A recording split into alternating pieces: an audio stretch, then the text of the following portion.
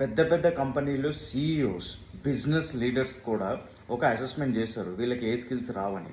అయితే వాళ్ళు చెప్పిన సర్వేలో వచ్చిన ఫలితాలు ఏం తెలియదంటే public speaking, effective communication, leadership, conflict resolution, ఇట్లా ఈ 4 స్కిల్స్లో వెనకబడి ఉంటారంట. అంటే నేను మాట్లాడేది వీళ్ళకి నెలకి 10 లక్షల నుంచి 3 కోట్ల జీతం ఉన్న వాళ్ళ గురించి నేను మాట్లాడుతున్నాను. అంత పెద్ద స్థాయిలో ఉన్న వాళ్ళకి కూడా ప్రాబ్లం అయ్యేవి public speaking, effective communication, leadership and conflict resolution అని అంటున్నారు. మళ్ళీ వీళ్ళన్నిటికీ బ్యాక్ బోన్ ఏంటి? ఇంగ్లీష్. సో ఇంగ్లీషే రానప్పుడు అంటే వీళ్ళ కెరియర్ కూడా ఒక చిన్న business development manager, team leader నుంచి స్టార్ట్ చేసి ఒక సీఈఓ రేంజ్ వరకు, ఒక బోర్డు వరకు వెళ్ళుంటారు, రైట్? కానీ వీళ్ళకి ఇంగ్లీష్ లేకుండా వీళ్ళు ఇంత దూరం వెళ్ళగలుగుతారా? కెరియర్ ఇంత ట్రావెల్ చేయగలుగుతారా?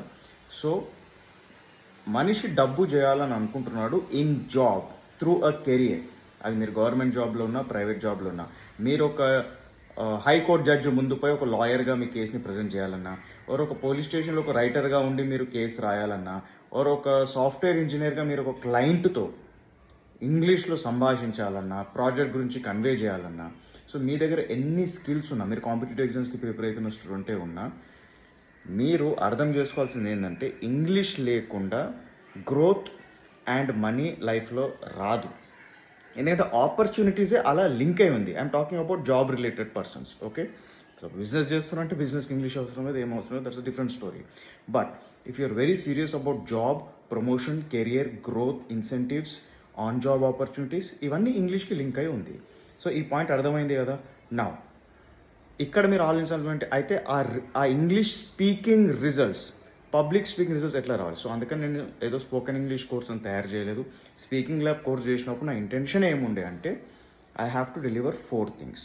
వీళ్ళని గ్రామర్ ఎక్స్పర్ట్ చేయాలి, న్యాచురల్ ఫ్లూయెన్సీ అంటే ఒక native English speaker without thinking మన మాతృభాష మనం తెలుగు ఎలా మాట్లాడతామో అలా మాట్లాడించాలి, పబ్లిక్ స్పీకింగ్ చేయించాలి. And not only the daily conversations ఎలా మాట్లాడతారు నేటివ్ ఇంగ్లీష్ స్పీకర్స్, రారా పోరా జరా నల్ల బంద్ చేసినామా చూడవా, ఒకసారి చూడవా, నేను వచ్చేస్తున్నా అంతలో కూడా ఆగమని చెప్పి అక్కడ, ఇవి కూడా మాట్లాడడం రాదు చాలామందికి.